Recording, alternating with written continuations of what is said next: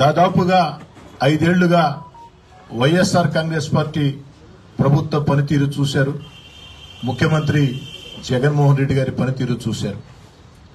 ఈనాడు ఆంధ్ర రాష్ట్రంలో పరిస్థితి ఏ విధంగా ఉందంటే, సగటు ప్రజలు మాట్లాడే భాష ఏమిటంటే, వైఎస్ఆర్ కాంగ్రెస్ పార్టీ ప్రభుత్వం ఎలా ఉందంటే, ఒక్క మాటలో చెప్పాలంటే, ఈ చేత్తో 10 రూపాయలు ఇచ్చి ఈ చేత్తో 100 రూపాయలు లాక్కునే ప్రభుత్వంగా ప్రజలు భావిస్తూ ఉన్నారు.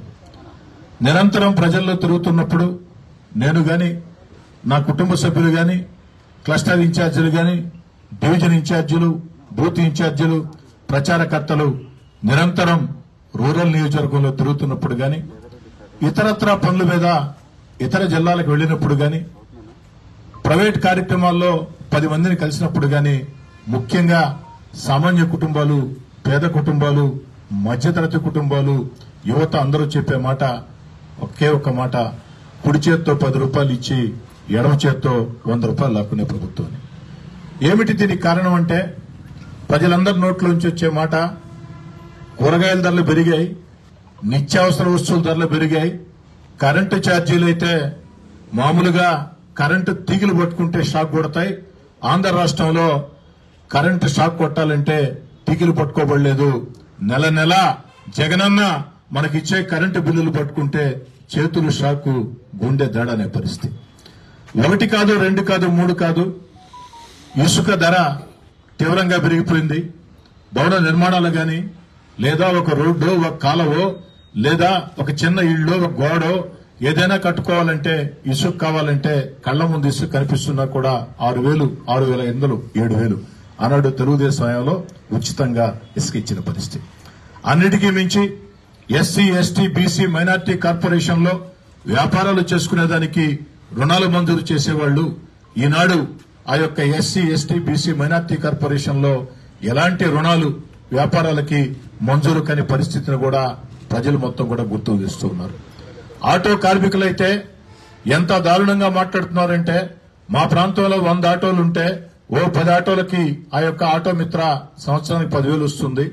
కానీ 100 ఆటోలకి ఆ సంవత్సరం దాటే లోపల ఒక్కొక్క ఆటోకి 12,000, 13,000 పెనాల్టీలు వేసే పరిస్థితి. అంటే ఈ చేత్తో 1,00,000 ఇచ్చి ఈ చేత్తో 12 లక్షలు లాక్కునే పరిస్థితి అని చెప్పని. అన్నిటికీ మించి అన్నా క్యాంటీన్, నిన్న 4 ప్రాంతాల్లో ఆత్మీయ సమావేశాలు జరిగితే, ప్రజల్ని కలిసేదానికి వెళితే వాళ్ళ నోట్లోంచి వచ్చిన మాట, అయ్యా పేదవాడి ఆకలిని తీర్చే అన్నా క్యాంటీన్లు మూసివేయటం ఎంతవరకు సమంజసం? రేపు చంద్రబాబు గారు ముఖ్యమంత్రి అవుతారు. రాష్ట్రంలో తెలుగుదేశం పార్టీ, జనసేన అధికారంలోకి వస్తుంది. మేము సిద్దంగా ఉన్నాం ఓటేసేదానికి. అధికారంలోకి వచ్చిన వెంటనే అన్నా క్యాంటీన్లు ప్రారంభించమని ప్రజల్లో వచ్చిన కోరిక.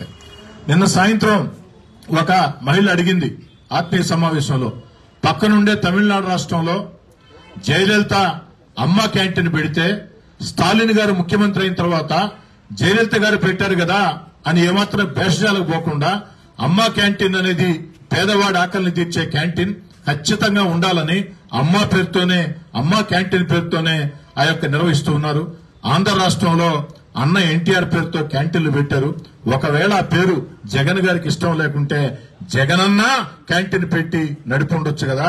అలా కాకుండా ఈ యొక్క అన్నా క్యాంటీన్లు మూసివేసి పేదవాడి కడుపు కొట్టడం ఎంతవరకు సమంజసమైన పరిస్థితి. అంతేకాదు, రంజాన్ తోఫా గాని, క్రిస్మస్ కానుక గాని, సంక్రాంతి కానుక గాని వచ్చే పరిస్థితి లేదు. ఆర్టీసీ ఛార్జీలు ఎన్ని రెట్లు పెరిగాయో తెలియదేం కాదు.